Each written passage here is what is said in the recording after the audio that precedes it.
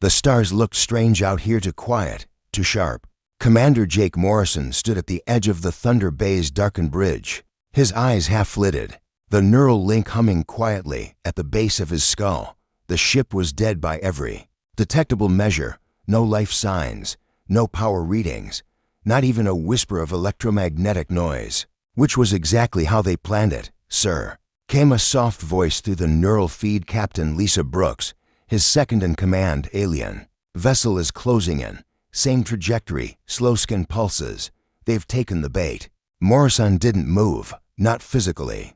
Inside the link, he smiled. Maintain ghost protocol, he said, calm and deliberate. Let them see what we want them to see, nothing more. Across from them, weaving silently through the asteroid field, the silent wind moved like a cautious predator. Sleek, silver-hulled, and armed with the latest sensor technology the Confederation had to offer. It had no idea it was walking into a trap meticulously crafted by the humans it thought were extinct, disorganized, or backward. On the silent wind, Commander Vexthal watched the slow approach of the derelict vessel with growing intrigue. The ship was massive, easily 3 kilometers long, and unlike anything logged in the Confederation's databases. It drifted with perfect stillness, embedded in the asteroid field like a ghost from a forgotten war. Science Officer Catherine's voice broke the silence. Initial scans are confusing, Commander. The ship's material is standard, mostly iron, alloys and titanium, basic construction. But something's off. Vexthal narrowed his eyes. Explain. There are internal sections, labyrinthine structures that don't make sense for a civilian or transport ship. And the hull, sir. It's too thick, reinforced in odd places. Could be a military relic, Vexthal offered. Could be. Catherine replied cautiously. But the configuration is like nothing we've ever seen. Jake Morrison watched them draw closer. From his position, he could feel the hum of life in his ship, the 27 crew members suspended in neural silence, each monitoring a different facet of the Confederation ship. They were invisible to bioscanners thanks to layered dampening fields. The Thunder Bay might as well have been a rock, but rocks didn't hum with potential energy. Chief Kelly, Morrison pulsed through the link. Status? From the ship's engineering bay, Chief Engineer Ryan Kelly responded, his thoughts like quicksilver. They're running preliminary scans. No deep probes yet. Fusion cores cold. Quantum systems masked. Weapons sleeping. Good, Morrison replied. Let's make them comfortable. Back aboard the silent wind, the alien bridge hummed with quiet anticipation. Commander Vexthal studied the strange vessel on the main screen. It floated with ominous stillness, like it was waiting for something. He felt it too, that unsettling stillness, the sense that something ancient and wrong lay behind those silent hull plates. We're close enough for detailed scans, Catherine said. Shall I begin a deep probe? Do it, Vexthal said, but carefully. The deep skin lanced forward like an invisible needle, probing beneath the ship's surface, hunting for signs of activity. From his console, Catherine watched the data pour in layer upon layer of ship systems that didn't add up. Fusion reactors, yes, but too many. Power conduits that terminated in blank sections of the hull. Energy signatures that blinked in and out of detection, as if reacting to the scan. This isn't right, he muttered. Problem? Vexthal asked. No, sir. Just unexpected complexity. Kelly smirked from his station. The aliens were starting to see the shadows, the outlines of something greater hidden beneath the surface. They've begun their deep scan, he reported. Time to start the breadcrumb trail. Morrison gave a slow nod. Begin feeding them false architecture. Nothing threatening, just unusual. Let them believe we're 20 years ahead, not 100. Within seconds, the Thunder Bay's systems adjusted. Quantum shields masked the true tech core, while dummy subsystems kicked in and broadcast plausible if slightly advanced readings. The alien skin drank it all in. Catherine's hands trembled slightly as he read the newest data. Sir, this ship uses quantum computation. Their mainframe has power densities above ours by a factor of 6. And there's a weapons array hidden under what we thought was debris shielding. Railguns? Vexthal guessed. Worse, they appear to be magnetogravitic. That's theoretical tech, sir. "We don't have weapons like these." The Confederation commander stepped back from the screen. "Pull back," he ordered. "Get us." He never finished the sentence. Morrison opened his eyes. "All ships." He said across the neural fleet link. "Lock targets. Drop stealth.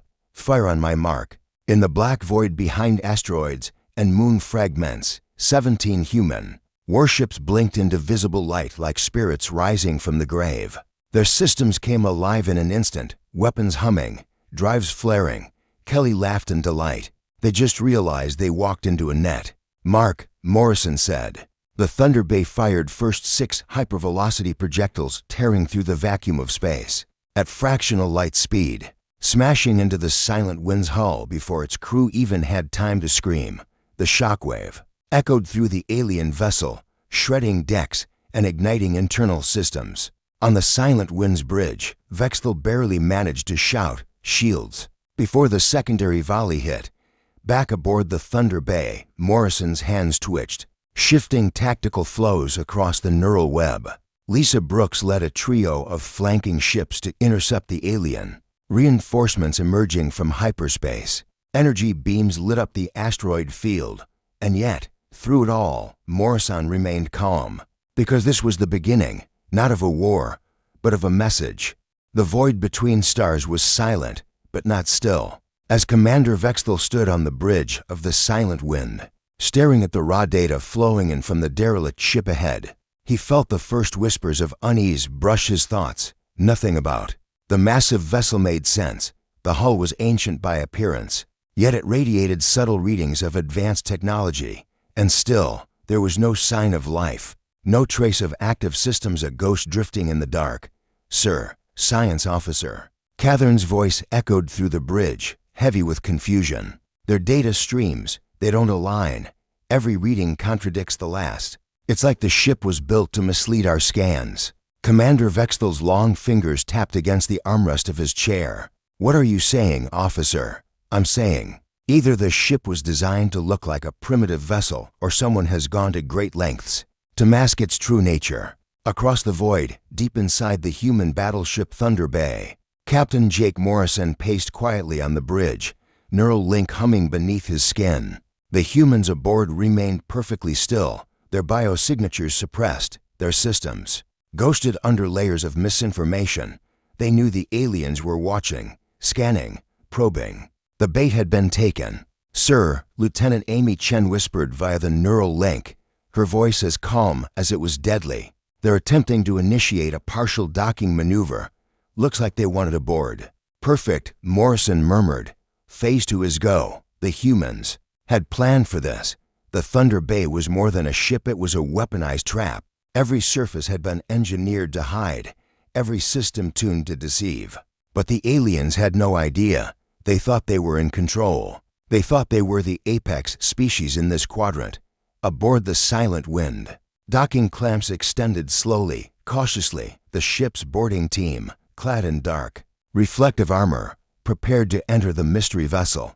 Commander Vexthal stood behind the boarding window, watching his best soldiers move through the umbilical tunnel like shadows. No sudden movements. He ordered, "We don't know what we're walking into." As the first soldier stepped onto the Thunder Bay's hull, lights flickered deep within the human ship, very faint, very deliberate, just enough to make the intruders think they triggered a system reboot. "Sir, there's power here," one of the alien soldiers reported. "Minimal, looks like emergency reserves." They pressed deeper into the ship, into what looked like an engineering bay lined with seemingly dead consoles and massive engines. "Commander," Catherine said from his post, "new readings. A low-frequency pulse is coming from the ship, rhythmic, like a signal." Vexthal leaned forward. "A distress beacon?" "No, it's destructured. Almost like a heartbeat." Morrison could hear every word they spoke.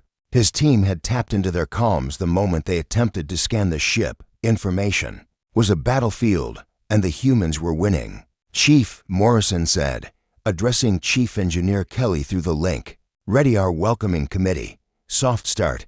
No weapons unless provoked. I want them nervous. Not dead." "Understood," Kelly replied, initiating controlled misfire protocol. Suddenly, Sparks leapt from one of the Thunder Bay's wall panels near the intruders. Lights along the floor lit up in sequence, creating the illusion of a ship booting up from slumber. Movement, one of the alien soldiers shouted. The systems are reacting to us. Hold position. Vexthal snapped. Do not retreat. This is likely. Automated. Back in the Silent Winds command center, Catherine's readings grew more erratic. Sir, the energy signature has changed. Whatever's powering this ship, it's not fusion. It's not antimatter. I've never seen anything like it. Vexthal's mouth tightened. What do you mean? You've never seen anything like it. The energy behaves like a living system. It's reactive, adaptive. The ship isn't just a vessel, it's thinking. For the first time in his career, Commander Vexthal felt fear. Abort the mission, he ordered. Get them out of there, now. But it was too late. The boarding team had just entered the main command hall of the Thunder Bay when the central display screen flickered to life. A human face stared back at them. Captain Morrison. Welcome aboard, he said, his voice cold and sharp. Alarms blared in the silent wind. Commander, multiple ships decloaking around us. 17, no, 20. They're human. They're everywhere. Vexthal stumbled back as the scale of the deception hit him. The Thunder Bay wasn't alone. It never was. It had been the lure in a spider's web, and they were deep in it. Evasive maneuvers. Prepare for warp, he bellowed. But the space around them had changed. Gravitational locks, microfields and distortions began to collapse in on the Silent Winds escape routes. The humans had turned the very void into a prison. On the Thunder Bay, Morrison stood now in his real body, not just as a transmission. His bridge was active, lights on, systems humming. His crew moved with precision. Engage communication, he said. Channel open, Chen replied. Commander Vexthal, Morrison said, addressing the alien directly. You're trespassing in restricted space. You've violated neutrality protocols, performed unauthorized scans, and attempted infiltration. All acts of aggression. We believe your ship to be abandoned, Vexthal replied, his voice shaky. That's what we wanted you to believe. You underestimated humanity. That was your first mistake. A ripple of silence passed between them. And what now? Vexthal asked. Morrison's eyes narrowed. Now, we teach you the price of curiosity, to be continued. Commander Vexthal's hands gripped the edge of the Silent Winds console tighter. With each passing moment, the ship's scans were unraveling a tapestry of deception he had never anticipated. He was no stranger to war or to the hidden teeth of seemingly weak civilizations, but this was something else entirely, sir. Science Officer Catherine's voice cracked slightly, eyes locked on the pulsing data stream. Their weapons systemets, it's unlike anything we've encountered. I initially thought they were railguns, but the energy readings spit it out. Vexthal barked, tension lacing his voice. These aren't just railguns. The power signatures suggest they're wrapped in graviton sheaths. They don't just fire projectiles, they bend space. These weapons can tear through hulls, shields, possibly even localize time. Vexthal blinked. He stared at the rotating wireframe of the Thunder Bay on the central holoscreen, which now glowed ominously red as more hidden layers were revealed. Sir, Catherine continued, his voice now urgent, I recommend we pull back. Whatever this ship is, it isn't derelict. Vexthal was about to agree when another ping echoed through the silent wind. A new ship had decloaked behind them. What in the name of the void? Gasped the nav officer. On screen, a sleek, black vessel appeared out of nowhere, seemingly carved from the darkness of space itself. It bore no lights, no markings, but it bristled with weapons, and its position left no doubt it had been behind them the entire time. Ship ID, Vexthal demanded. No known match, came the quick reply. Not in any Confederation registry. Then the Thunder Bay lit up. Not with weapons, not with shields, but with lights, dozens of them, as if the ship was waking up. Inside the Thunder Bay, Commander Jake Morrison's voice rang through the neural link, calm and composed, yet holding the weight of history. They see us now. Initiate protocol duskfall. Round him, the command crew of the Thunder Bay came to life. Biosignatures flared. Power flooded back into systems that had been dark for weeks. From the outside, the ship began to glow like a sun being born in the dark. Chief Engineer Kelly whispered, almost reverently, "Weapons are hot. Core is stable. We're back online." Navigation Officer Amy Chen added, "Fleet status green. All 17 ships are reporting ready." Lisa Brooks, Tactical Command, looked at Morrison. "Orders." Sir Morrison looked toward the alien ship. "Let's introduce ourselves." The Thunder Bay transmitted a burst message. It was short, precise. Translated into Confederation Standard, "We see you. We waited. We're not prey." On the silent wind, the bridge fell into chaos. More ships began appearing. On the radar, human vessels, sleek and built for war, shimmering out of hiding like ghosts of vengeance. 17, 22, 34 ships, sir, all human design, all armed. They're surrounding us. Vexthal's jaw tightened. "Retreat. Immediately." Evasive pattern Gamma 4. "Sir," the weapons officer shouted. "One of them just locked onto U.S. back aboard the Thunder Bay." Morrison gave a single nod. "Target their engines. Disable. Don't destroy. We want them to understand." The weapons system hissed as energy gathered into a focus beam. A graviton-laced pulse cannon fired with terrifying silence. In an instant, it slammed into the silent wind, crippling its propulsion array. On Vexthal's ship, alarms screamed. "Main engines down. Backup not responding." Someone shouted. "What hit us?" That wasn't kinetic, some kind of directed gravity compression. "We lost structural integrity in the aft core. Shields are buckling." Catherine looked at Vexthal, pale. "Sir, if they wanted to destroy us, they would have." Vexthal slumped back into his command chair. Breath caught in his throat. He stared at the fleet of human warships, now fully visible, arranged in a crescent formation. He tapped his comms.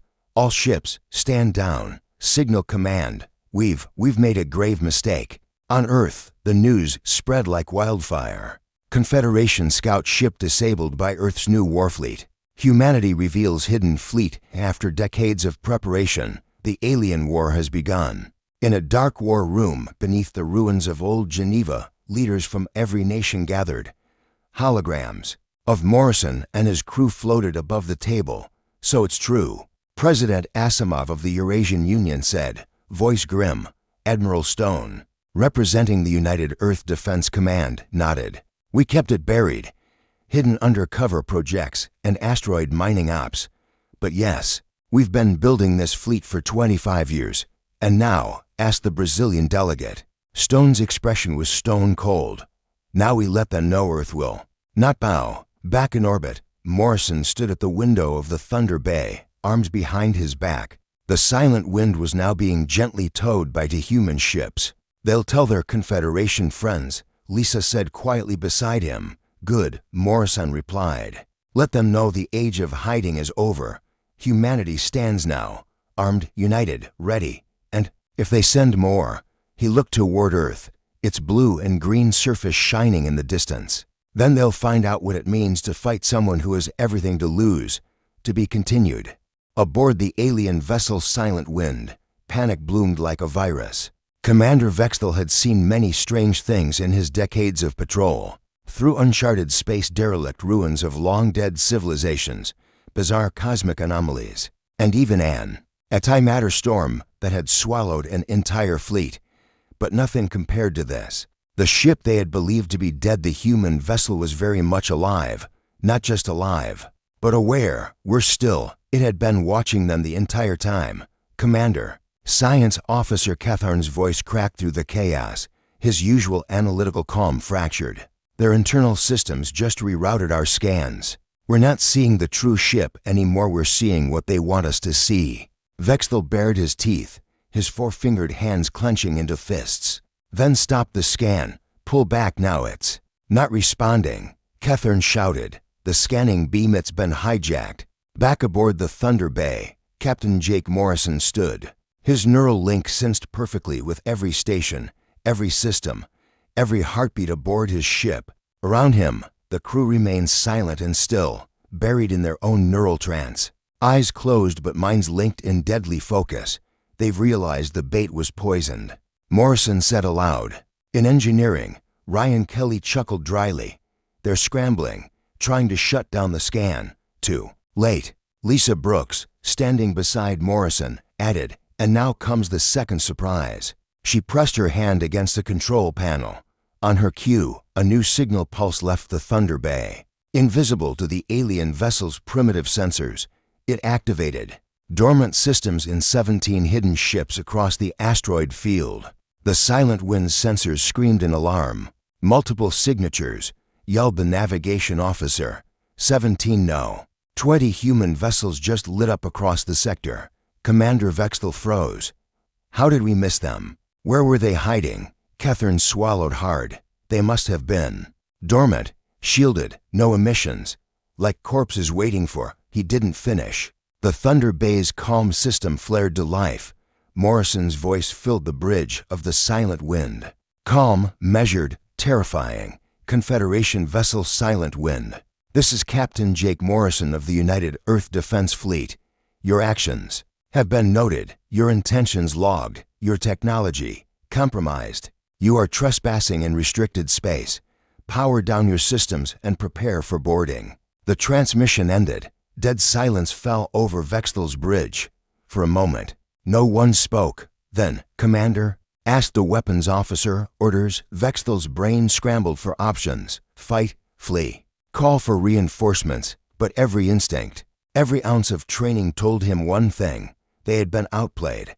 But he was not ready to surrender. Charge. Primary weapons. He growled. Dot on the Thunder Bay. Morrison sighed. As expected. Lisa. Targets locked, she confirmed. Our beam weapons are standing by. Antimatter torpedoes loaded. All ships reporting green. Let's give them a warning.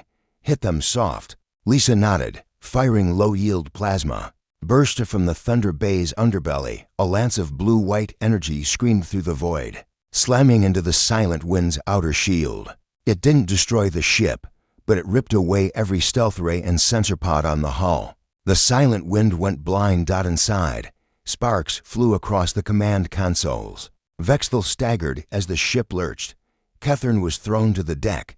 Our forward sensors are gone. External feeds offline.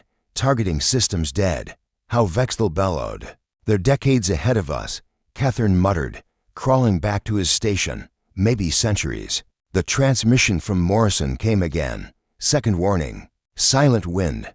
Power down. We will not repeat ourselves. But there was a third player yet to speak. At the edge of the system, a Confederation warcruiser Nalkari's Wrath dropped out of FTL. Unlike the Silent Wind, it was armed to the teeth. Hundreds of missile bays, dozens of ion cannons, heavy shielding, one of the most advanced in the Confederation fleet. On its bridge stood Admiral Relashvern, a being known for aggression disguised as diplomacy. He scanned the sensor readouts. Trap, he murmured, and we walked right into it. Still, he didn't hesitate. Target the Thunder Bay, fire main cannons, scatter formation. Let's remind these humans who controls the stars. Human sensors picked up the new rival instantly. Admiral Stone, commanding from the flagship Saberlight, broke into Morrison's neural channel. Jake, it's a full warcruiser. We've got a new player. Yep, not our scouts anymore, Morrison replied. Permission to engage. Stone didn't answer at first. Then, permission granted. And this before it gets worse. Copy that. Morrison opened a new channel fleet-wide. All ships, this is Captain Morrison. The bluff's over. Execute strike pattern SEALETs. Show them what Earth's been building in the shadows. And then the void lit up. Thunder Bay shifted, coming fully alive. Power flowed like fire through its circuits. Backup systems shut off. Primary reactors surged. On the outside, the human fleet looked like a sudden supernova flash of power and movement as 17 ships accelerated from stealth posture to full combat readiness. Railguns spun into position. Plasma shields rippled to life. Antimatter cores spun up. The Confederation fleet, caught flat-footed, began to scramble. The Nalkari's Wrath fired first twin ion beams ripping across space. But Morrison had already moved. The Thunder Bay corkscrewed around the blasts, unleashing a volley of kinetic slugs that hit like hypervelocity punches. One slug ripped through the Wrath's left flank. Explosions dotted its hull. Its shields flickered. Lisa whooped. Direct hit. Their venting atmosphere. More human ships opened fire. Iron Hand, Wraithburn. Starlight echo names that meant nothing. To aliens, but to humanity, they were ghosts of vengeance. Every ship bore scars of Earth's struggles. Every crew carried the memory of being underestimated. Now, they were writing a new chapter. Inside the silent wind, Vexthal could do nothing but watch. His weapons were useless. His engines crippled. His shields laughably outmatched. This wasn't war, this was exposure. And then, something worse happened. Human Marines breached the hull. The boarding pods were small, built to punch through even reinforced titanium. They did just that, burrowing into the silent wind like ticks. Vexthal's crew scrambled to form a defense. But what came through those hatches wasn't a ragged group of rebels. They were shadows in armor. Silent, efficient, deadly, zero-G maneuver. Units, pulse rifles that fired guided rounds.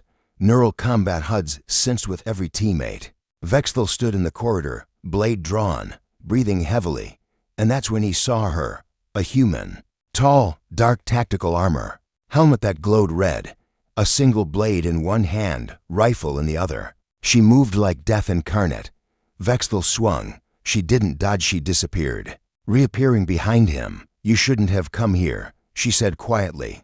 Then everything went black. Back on the Thunder Bay, Morrison watched the boarding reports come in. No casualties. Lisa confirmed. They've secured engineering, bridge, and all key systems. The silent wind is ours. And the wrath, Stone's voice returned. Retreating. Damage sustained. They're calling reinforcements, but we've proven our point. Morrison exhaled slowly. Then let's send our message. He activated a system that had never been used before, a quantum burst signal, aimed directly at the heart of the Confederation. A message carried not by radio or light, but by entangled particles, instantaneous. The message was simple. "We are Earth. We see you. And we are not afraid." The stars beyond Saturn's rings gleamed coldly, a deceptive calm masking the tides of war gathering momentum. Admiral Zur stood before the vast observation panel of Oblivion's hand, his golden ceremonial armor faintly catching the dim lighting of the ship's war bridge. Behind him, holographic readouts flickered with troubling data: human movements, coordinated strikes, silent sabotage. Earth was not conquered. Earth was evolving. A silent chime pulsed through the command deck. "Admiral," said Commander Vianus, his voice tight with urgency. "We've lost communication with the outposts on Luna's dark side." Zor's jaw clenched. Another blackout. Vianus nodded. No distress calls, no sensor data.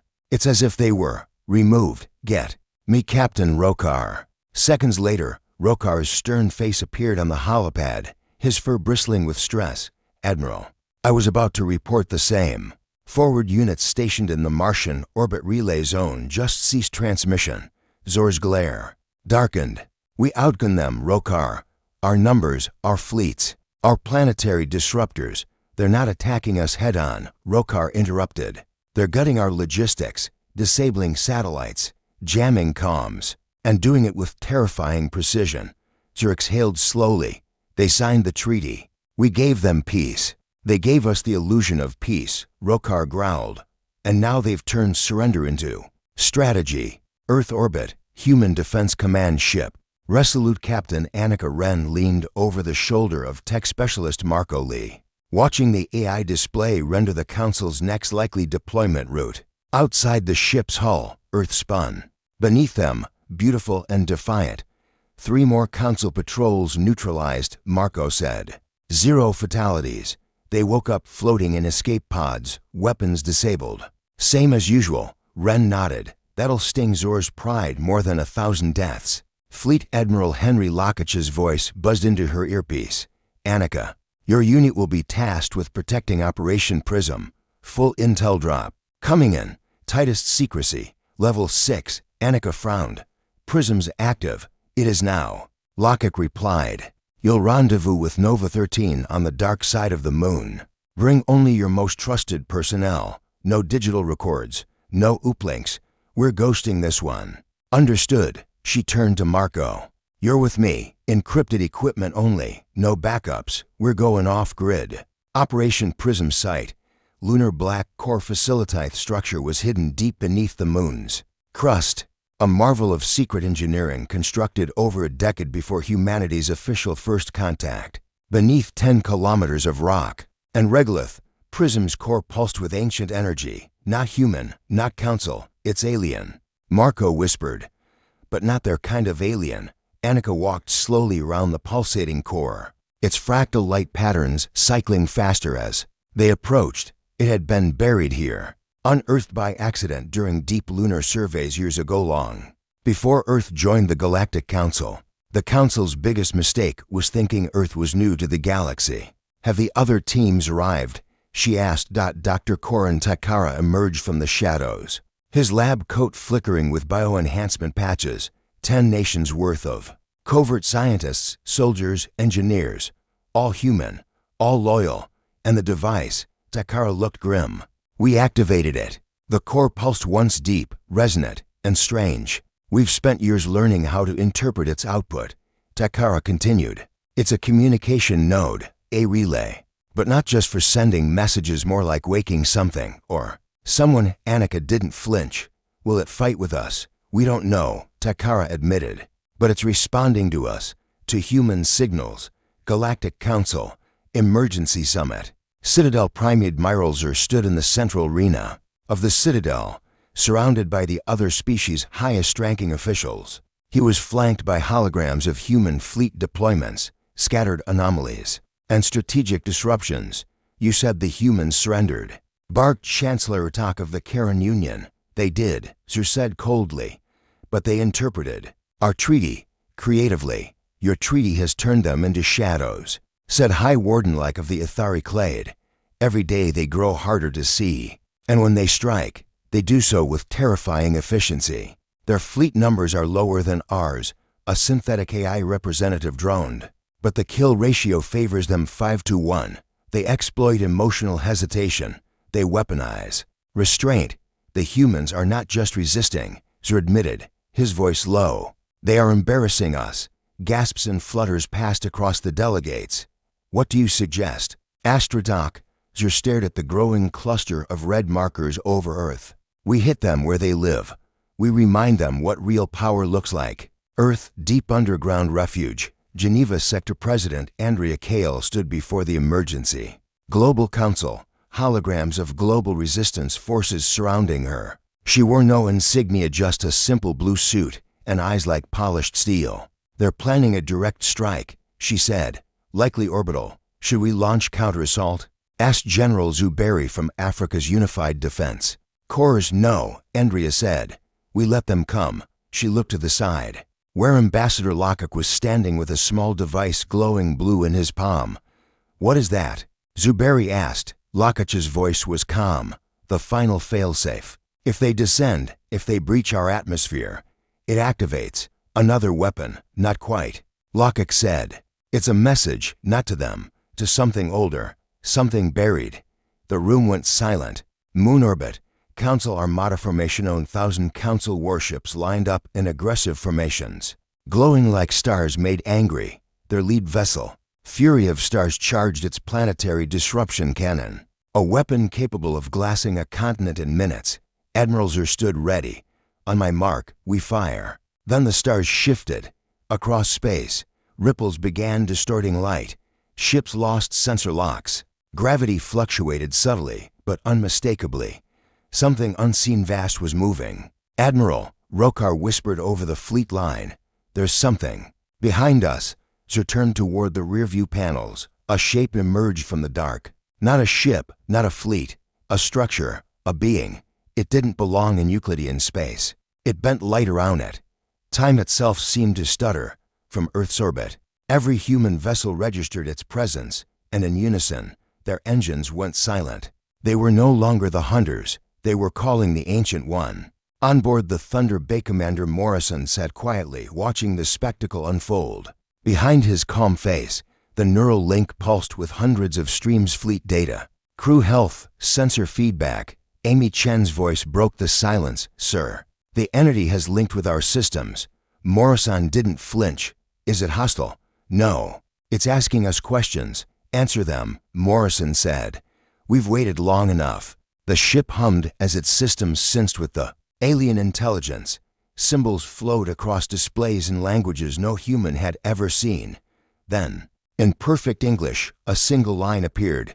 You remember our war. Council flagship, Fury of Starzer, was screaming into command lines, demanding explanations. Backup, anything. But every scan, every sensor, nothing made sense. What is it? He shouted. No one answered. And every screen across the bridge went dark, and a voice echoed through every ship in the Council fleet. You hunted the children of Sol once before. Zor's blood ran cold. Who is this? You destroyed our first cradle. But we endured. The entity's voice was layered 1,000 voices in harmony. You forgot. They did not. The screens flared to life, with imagery, ancient battles, planets shattering, fleets burning. And then Earth. Blue, alive, angry. Admiral Zor's hands trembled as he stared into the abyss unfolding in the void before him. The Council fleet, once the mightiest force known to this arm of the galaxy, was paralyzed. The structure, or perhaps entity, now hovering above Earth, dwarfed every ship in the Armada. It emitted no heat, no mass readings, and no energy signatures their instruments could make sense of. Yet it was there, and it remembered. Zur turned toward his science officer. Report. Vinus was pale beneath his fur. We are receiving no telemetry, no comms. Sensors read constant null fields. Reality distortions increasing. It's not just interfering, it's rewriting the physics around us. Before Zur could reply, a pulse of light surged outward from the entity. Every Council ship flickered. Every engine failed. Every weapon system died. And then came the voice, not through speakers, not through calm channels, but into their minds. We gave you a warning. Your kind did not listen. Earth orbit. Aboard the Thunder Bay, Commander Jake Morrison gripped the arms of his chair. The entity's presence was suffocating, yet majestic. His neural link flickered, momentarily connecting with something ancient. Images cascaded through his mind, a supernova swallowing a fleet. A war so old, even the stars had forgotten. A time when Earth was one of many worlds aligned under the banner of an ancient rebellion. We weren't the first, he whispered. Amy Chen looked up from her station, her face pale. Sir, we weren't the first humans to resist them, he said. The ones who came before us, they called this thing, or built it, or became it. He stood slowly, broadcast a message to the Council ships, open comms. Amy hesitated. They won't be able to hear us. Their systems are fried. Do it anyway. Council ship, Fury of Starzer Myrolzer, stared blankly at the main view screen. The Thunder Bay was visible now, its lights fully restored, engines glowing like a heartbeat against the backdrop of the impossible entity. The ship looked like a single spark next to a star, and yet it moved. A message burst through the crippled fleet, cutting across all frequencies, all ships. This is Earth. We did not ask for this war. You brought it to our skies. You broke our peace, silenced our voices, and underestimated our will. We offered you surrender. You demanded extinction. Now you face judgment. The entity surged again. And one by one, Council ships began to vanish, not explode, not burn, simply blink out of existence. Like lights going out in a hallway, Zur screamed. Retreat, all ships, but there was no one left to command. Earth, Geneva Global Command President Andrea Kale stood before a live broadcast, surrounded by the representatives of every nation on Earth. The entire planet watched as she stepped up to the microphone. People of Earth, she began, her voice steady. The war that came to our world is ending, not because of superior firepower, not because of surrender, but because we remembered who we were. On the screens behind her, the entity hovered above the planet like a guardian star, its form no longer terrifying, but awe-inspiring. The Council fleet was gone, the threat extinguished. For centuries we thought we were alone. We believed ourselves small, insignificant. But today, we found proof that humanity was always part of something greater. She paused. We are not alone. We never were. And now, they will never forget us again. Lunar Core, Operation Prisoner. Takara stared into the now dormant alien core. Its light had faded, the symbols no longer cycling. "It's sleeping again," Marco whispered. Annika Wren looked upward, through the thick rock, as if she could still sense the presence above Earth. "Not sleeping," she said. "Watching." Takara exhaled. "Do you think it will ever come back?" Annika's eyes narrowed. "If we need it. But next time. Maybe we won't." Deep space, unknown region. A single Council probe, launched weeks before the battle, drifted quietly through the void. Its sensors detected something: radiation, gravitational shifts, anomalies. Then, a message, not from Earth, not from the entity, but from something older, something deeper. They remember. The probe shut down. 1 month later, Earth rebuilt's world had changed. Not through conquest, but through truth. Alien ships once thought invincible had been disabled, studied, and returned to space. Survivors of the Council fleet, spared by the entity, had been sent back with a simple message: do not return. Humanity stood united for the first time in history, not under flags or governments, but as Earthkind.